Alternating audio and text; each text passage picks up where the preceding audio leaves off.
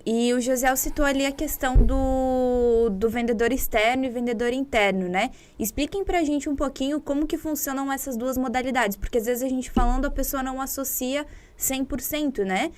Mas quais são as dicas que vocês dão, enfim, ou quais são os processos que um vendedor interno passa e o vendedor externo também? O vendedor interno, na verdade, a gente costuma dizer que ele já tem ali entre 50% e 70% de uma venda ganha, porque o cliente está entrando em contato com ele, então é uma venda passiva, né? O cliente entra em contato conosco aqui na empresa, querendo saber sobre plano, querendo saber sobre roteador, se tem viabilidade, enfim. Então, é uma venda que já está muito mais acertada, vai mais da habilidade de entender, né, do vendedor entender o que o cliente quer, e passar a melhor solução para ele dentro das condições que o cliente tem. Já o vendedor externo é o porta a porta que o José comentou agora há pouco, né? É o cara que antigamente ia com um catálogozinho embaixo do braço, sentava na mesa junto com o cliente e mostrava ali 1000 opções de produto, enfim.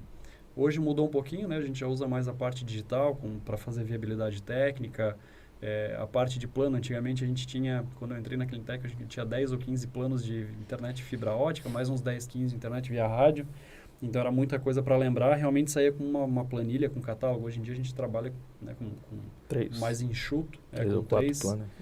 Então a gente sai muito mais enxuto, né, um panfleto ali, entrega na mão do cliente só para ele ter algo palpável, mas é muito mais na conversa de tu entender, porque no nosso caso, o que a gente vê de maior problema para o cliente hoje é a questão da rede interna, que o cliente, né, muitas vezes não entende como funciona. Então, você pode vender 1 giga, como o Everton já falou em outros episódios, pode vender ali 1 giga de internet para um cliente com uma rede mal feita, mas se tu vender 10 mega para ele com uma rede redondinha funcionando, ele não vai se incomodar nunca. Então, eu acho que a parte para o vendedor, né, externo é muito mais o entender o cliente na hora da conversação que ele tá tendo ali. No nosso caso, né, tem que ter esse conhecimento mais aprimorado na questão de venda de telecom, né, de internet. E como ele citou aqui da história de 1 giga para 10 megas, se souber vender e colocar os equipamentos nas posições corretas e os equipamentos corretos na hora da venda, né, isso o vendedor tem que passar isso para o cliente, né. O Eliano citou alguma coisa ali sobre a venda passiva, né. Hoje a gente dá essa nomenclatura para isso, né? O cliente que vem é uma venda passiva. Ele falou de 50% a 70%. Para mim, 90% está vendido. Falta o 10% é a pessoa que está ali. Ou ela vai ser um vendedor ou vai ser um tirador de pedido. Então, a gente aqui costuma ter pessoas que vendem, né? Que mostram que realmente a pessoa vai ter uma ótima experiência com o nosso trabalho, com a nossa internet. Então, para mim, eu considero isso por quê que eu falo isso? O Leandro sabe que é a questão que a gente faz todo um trabalho, isso aqui inclusive faz parte do trabalho que a gente tem, da aproximação do cliente, né? Que isso é uma forma de a gente estar vendendo sem oferecer produto aqui, sem chegar aqui no final e dizer clica aqui que você vai para uma página e vai ganhar 50% de desconto. Não tem isso. Mas o que é isso? A gente está aqui toda semana mostrando, trazendo conteúdo, falando tudo relacionado à internet, roteadores, enfim, marketing. Mas por quê?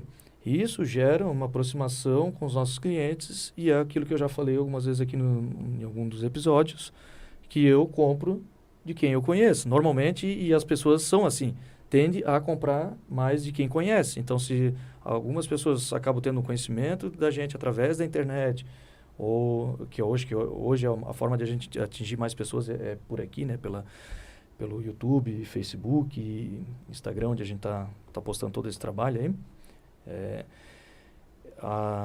O pessoal aqui em volta da nossa área de atendimento aqui, cobertura de atendimento, vão tendo esse conhecimento e vão escutando a gente mais vezes e vão, eu quero ir lá para a Cleantech porque eu gosto da forma com que eles trazem os assuntos, as informações para a gente, isso acaba aproximando. Então, isso é um formato. Então, acaba sendo uma venda passiva trabalhada, né, Leandro? Ela é uma venda que a gente... aqui na empresa, na recepção da empresa, chega ali, parece que a pessoa só está vindo atrás, mas às vezes ela viu alguma coisa na internet, viu um vídeo nosso, se interessou com o que a gente vem falando e tal, e onde é uma forma também de convencer ela a vir aqui, por isso que eu brinco que é 90% de venda, só falta a finalizaçãozinha ali do vendedor ali. Né? E externamente é uma venda ativa, não sei se está na pauta isso aí, mas nós estamos falando, esse tem que buscar, esse realmente ele já tem que ter umas habilidades um pouquinho maior na questão aí, né? Porque é fazer o contato, conseguir um contato, por exemplo, de um condomínio, um contato do empresário para te poder entrar, conversar com a pessoa, se apresentar, escutar a pessoa, ver se está tendo problema ou não, entende? Então, é uma venda um pouco mais garimpada, né? Mas acontece mais bem. Difícil. Se a pessoa, o vendedor tendo o conhecimento, tendo esses requisitos, essas qualidades aí de venda, ele consegue naturalmente ter sucesso nessa área aí também, né? Inclusive falando da minha experiência também, eu comecei aqui na Clinitec como vendedora interna e depois que o nosso colega Lucas saiu, ele era vendedor externo, aí ele pediu para sair, foi trabalhar com o pai dele em outra cidade, enfim, e aí eu me ofereci a vaga, né? Eu falei, olha, se vocês precisarem de ajuda, eu posso ajudar, enfim. E aí o meu gerente, o Leandro, na época falou, olha, ajuda não tem como, ou você vai para venda externa ou você fica na venda interna. A gente precisa de uma pessoa 100% focada, né?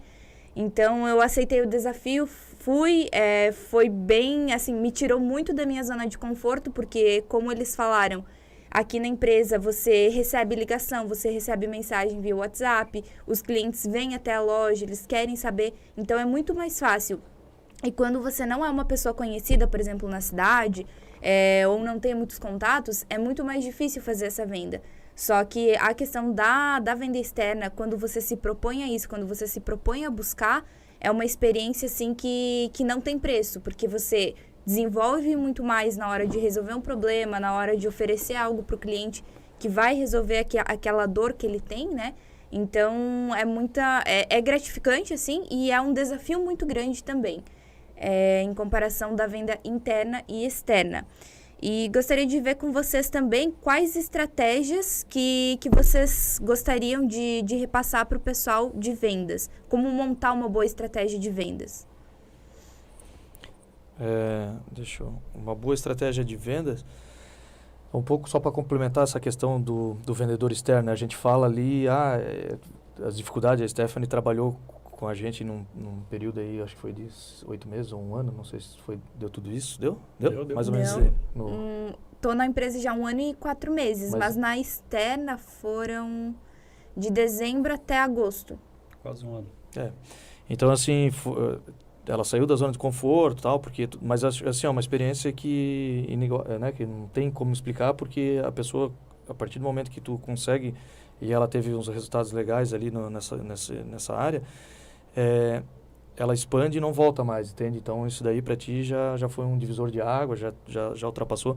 E o que eu queria falar também, complementar, quem trabalha por resultado tem grandes chances também de ter resultados financeiros mais elevados do que pessoas que trabalham só por uma função ali ou um cargo. Então, isso é na nossa área de imóvel, venda de carro, venda de loja de eletrodoméstico. Então, os resultados são diferentes porque, claro que daí vem trabalho muito a venda ativa, né? Esses casos aí, né? Que a pessoa tem que vender, mas enfim. Agora, estratégia, tem alguma coisa aí que tu começa a falar, eu já vou pensando jogar para ti aí. Tudo, parte de estratégia depende muito do teu ramo de negócio, né? Então, pensando num vendedor externo aqui na nossa região, por exemplo. Quanto mais, como eu falei, a gente vende a nossa imagem. Então, quanto mais conhecido tu for na região, mais fácil vai ser para te vender, né? Como o José falou, a gente costuma comprar mais facilmente de alguém que a gente já conheça.